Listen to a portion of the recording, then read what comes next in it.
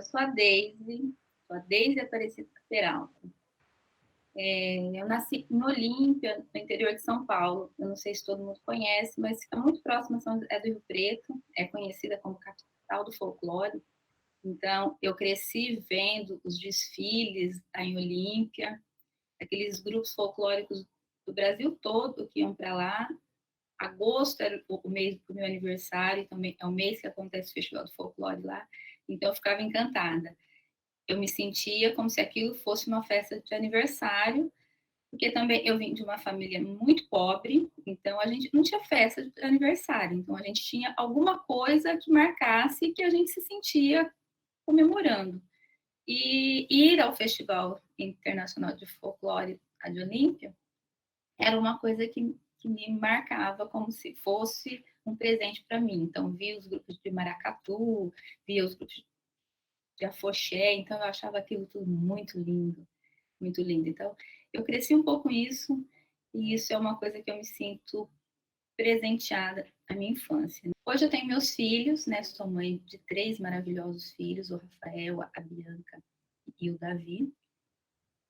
Eles fazem parte, assim, de dessa loucura que é o meu mundo, ter que conciliar a maternidade, ter que conciliar a universidade e conciliar com uma área de formação e de pesquisa, que originalmente eu venho da licenciatura em matemática, que muitas vezes ela não é muito favorável a essas questões, né? Porque a matemática ela vem de uma tradição de ciência absoluta, de ciência neutra, em que as subjetividades muitas vezes elas são deixadas de lado. A matemática para mim nos anos iniciais, né, do fundamental, lá quando eu comecei a minha história, né, a minha história na escola, a minha história com a escola, um professor de matemática foi alguém que me acolheu demais, porque como eu disse, né, eu venho de uma família que é muito pobre. A gente vem de uma tradição de família que em, vive, vive no campo, vive na zona rural. Então, quando eu fui para a escola urbana de fato, porque a partir do que seria a quinta série, hoje seria o sexto ano, eu não tinha mais nessa escola do campo. E aí eu comecei a perceber a exclusão e quanto a escola pode ser cruel, né? Os dias que choviam, então, eu nem queria ir na escola, porque sempre ficava um pouco de lama no sapato. Isso, quando secava na sala de aula, que a minha carteira embaixo ficava com terra, todo mundo parecia que olhava para mim. Então, eu já era aquela criança que era gaga. Eu já era aquela criança que vinha do sítio. Então, era, né, os apelidos eram os montes, né? E ainda, para a tristeza, eu digo a tristeza porque aquele momento era sinônimo né, de mais ofensas e mais discriminação, eu ainda era aquela né, que quando o professor perguntava, eu já tinha resposta. Então, aquilo ainda atraía, né, aquele sentimento dos colegas que acabavam ainda me achincalhando mais. E esse professor de matemática, então, foi um professor de matemática que me acolheu muito, me acolheu demais. Então, eu quase que adotei a matemática por, de alguma forma, me identificar com esse professor. Ele foi uma pessoa que olhou para o meu sofrimento, olhou para a minha condição de exclusão e, de alguma forma, me incentivou. Ele que me deu força para seguir naquele momento. E aí eu acabei achando que matemática era uma salvação, que eu podia ser boa em alguma coisa, porque eu ainda achava que a neutralidade da matemática era uma coisa boa, que eu podia ser boa em alguma coisa, independente das minhas condições outras. Então, foi um caminho quase que natural, né?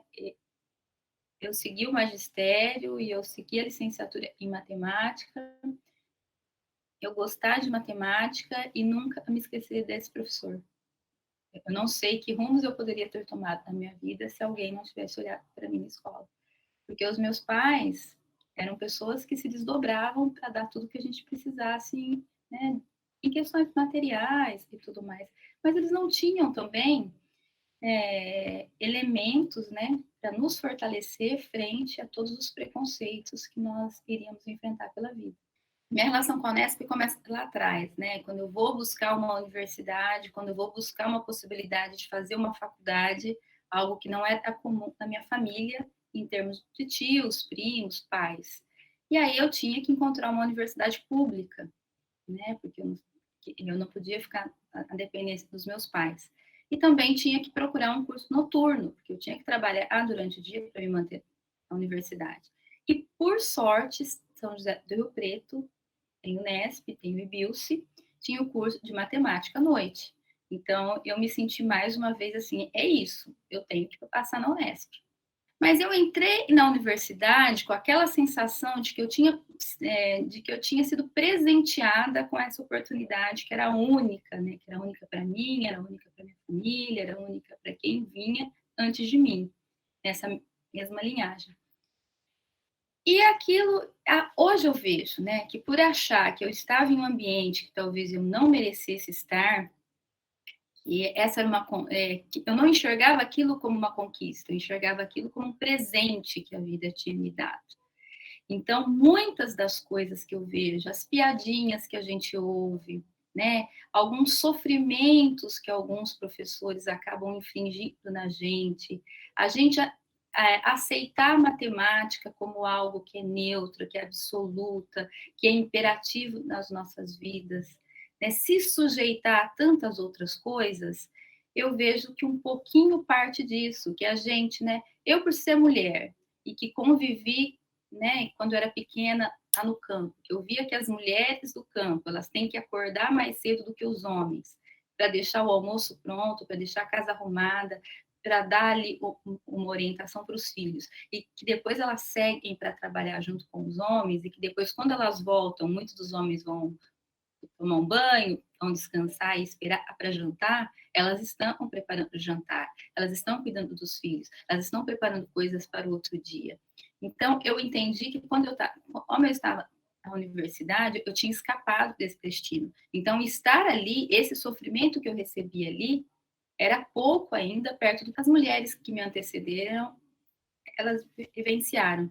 Então, isso foi um fator que foi muito determinante para que eu, de alguma forma, não reagisse a muitas das coisas que a gente sofre na universidade, né? Quando a gente está na universidade e você ouve uma piadinha do tipo, vai fazer universidade e para quê? Ou com esses peitos não precisa nem fazer prova. Ou, tá difícil, vai fazer pedagogia. Tem certeza que é isso mesmo que você quer? Né? E, nossa, se até ela entendeu, quer dizer que tá fácil, eu preciso caprichar mais nessas provas. Então, esse tipo de brincadeira, fora outras, né? Professor falando para a gente ir na sala, se quiser ver a prova, né? Professor falando para a gente se sentar na frente dele para fazer o exercício. O tipo de coisa completamente desnecessária e inadequada, mas que naquele momento a gente não se sente com forças para resistir a isso, e também eu não tinha nem elementos, né? Nem elementos para discriminar que essas coisas inadequadas e que aquilo estava me sujeitando a uma condição que eu não precisaria me sujeitar, porque a minha presença ali era uma conquista e não algo que me foi dado. E hoje eu consigo ter elementos para olhar a trajetória. À época eu não tinha esses elementos, né? À época eu até dava risada de muitas das piadinhas em que eu mesma era vítima, né? Quando eu entro na universidade, então, como uma professora, que vem para um departamento de matemática, essas coisas, elas não são, assim, totalmente explícitas, né? Elas estão implícitas nas relações, na interação e, principalmente, na hora de termos lá as definições de quem toma as decisões. Então, e acho que surge daí também o meu interesse pelo meu referencial teórico e metodológico, né, que eu sou de uma tradição que estuda e se entende um pouco estudando a teoria crítica, que é uma teoria que nos dá elementos para olhar a sociedade, para fazer uma análise da sociedade, para fazer uma análise das relações, né, que principalmente a forma como essas relações acontecem em interações humanas, em interações sociais, a força que a cultura tem nisso tudo. Então, isso, além de ser um referencial que orienta, quando eu vou pensar as minhas pesquisas, também é alguma coisa que orienta a minha forma de, a forma de olhar o mundo e a forma como eu tenho possibilidades e condições de interagir nesse mundo. Eu não consigo mais me entender olhando para o mundo sem pensar as questões de gênero, sem pensar as questões étnico-raciais, sem pensar as questões da educação do campo, as questões da pessoa com deficiência, as questões da criança. Então, as minhas linhas de pesquisa, em última instância, elas visam, de alguma forma, tentar contribuir para que a gente consiga mitigar o sofrimento. E é um pouquinho disso que as minhas linhas de pesquisa e a minha atuação, tanto em ensino, pesquisa e extensão, ela tem a preocupação, ela tem um compromisso, e é assim que eu me vejo dentro da Unesp hoje. Eu acho que nesse tempo que estamos vivendo, né, que é caracterizado principalmente pela pandemia da Covid-19, acho que veio ressaltar, veio dar visibilidade para as desigualdades e injustiças que a gente já vivenciava, mas que agora elas são inegáveis. Né? Eu acho que agora todo mundo está podendo entrar dentro da minha casa e vivenciar um pouquinho tudo que eu tenho que fazer para conseguir fazer as coisas que eu faço. Então, de alguma forma, eu não consigo me desvincular, né? Que eu tenho os 3 filhos e eu tenho que orientá-los. Isso agora se misturou, porque antes eu tinha um tempo, eu conseguia fazer as coisas da universidade, quando eu levava eles para a escola, eles ficavam lá, eu ficava com a tranquilidade que tinha alguém olhando enquanto eles aprendiam e faziam um monte de outras coisas, eu tinha a tranquilidade de fazer as minhas coisas, né? De falar com os meus orientados, de planejar as minhas aulas, de pensar as minhas pesquisas, de ler um livro, e de interagir com a própria comunidade e tudo mais. Agora eu não tenho mais esse tempo. Agora os meus filhos, eles são filhos 100% do meu tempo. Os meus orientados também, porque a gente também acaba se falando em horários dos mais diferentes possíveis, porque eles também estão com a vida deles, então eles também, né, eles podem falar comigo naqueles horários que eles podem, então está todo mundo se comunicando a todo tempo, a gente não tem mais horário para nada. Eu tinha, antes, né, da pandemia, eu tinha uma pessoa que me ajudava, na minha casa, né, porque, aliás, eu acho que as mulheres podem fazer coisas porque elas têm principalmente outras mulheres que as apoiam, né? E nesse momento, as mulheres também têm as suas questões, né? Que elas também não têm com quem deixar os filhos. Então, a pessoa que cuidava dos meus filhos, ela não tem com quem deixar os filhos dela. Então, ela não pode vir cuidar dos meus filhos, né? Porque eu não posso pensar na minha situação e desconsiderar a situação de todas as outras pessoas que estão à minha volta. Eu não posso, né, querer que alguém cuide dos meus filhos se essa pessoa não tem quem cuide dos filhos dela. Então, eu não tenho mais essa ajuda, também não tenho mais ajuda de quem fazia as coisas na minha casa. Então, aqui a gente tem que fazer aquela confusão de tem que limpar, tem que lavar, tem que passar, a gente tem que viver, tem que fazer comida, tem que ir ao supermercado, tem que fazer um monte de coisas que é para a gente continuar vivendo. E isso tudo tem que dar aula nesse formato online. E é tudo muito concentrado e muito sentado. Então, eu acabei ficando realmente e literalmente doente, né? Por essa questão. Acho que tem muita atenção e exercício repetitivo, a gente fica numa posição e tal. Então, eu acho que sem dúvida, né? Eu acho que não dá para ninguém negar que as mulheres com essa pandemia elas estão sofrendo além do que a saúde suporta, né? Um monte de professoras que eu conheço reclamando que estão ficando doentes. Então para mim, está muito difícil, assim, eu não estou conseguindo levar as minhas pesquisas como gostaria, não estou conseguindo ter a interação com os meus alunos em termos de aula e de orientação como deveria. Né? A gente vai fazendo conforme dá, a gente só vai respondendo as urgências e as emergências. Mas está difícil. Agora, em termos de produtividade, com certeza caiu até comentei outro dia com uma das orientadas que trabalham comigo, eu estou pelo menos uma dúzia de escritos iniciados, mas que eu não consigo, né? Não consigo escrever, não consigo. As pesquisas, na maioria delas, estão paralisadas, então se você não consegue concluir suas pesquisas, você também não consegue publicizar os resultados, né? Você não consegue compilar os resultados e publicizar. No caso, eu costumo dizer que a minha prioridade são aqueles que respiram, né? Entre escrever um artigo e falar com uma pessoa, orientar um aluno, ou mesmo ficar com meus filhos, dar o suporte que eles precisam, eu vou. As pessoas são a minha prioridade, então provavelmente os artigos vão ficar. Esse ano mesmo eu não consigo, eu não sei se eu vou conseguir renovar a minha bolsa de produtividade, porque eu tenho certeza que eu não vou ter o número de publicações que é requerido. Bom, se hoje eu tivesse, né, que olhar para aquela Daisy que viveu lá atrás, né, eu diria, olha, há sofrimentos que você não precisaria ter passado, mas também é entendível que você não tinha elementos para lidar com ela, né, para lidar com esse sofrimento, para lidar com tudo isso que a gente passa. Hoje eu sou um pouco mais amiga de mim mesma, sou mais condescendente, sou mais compreensiva comigo mesma.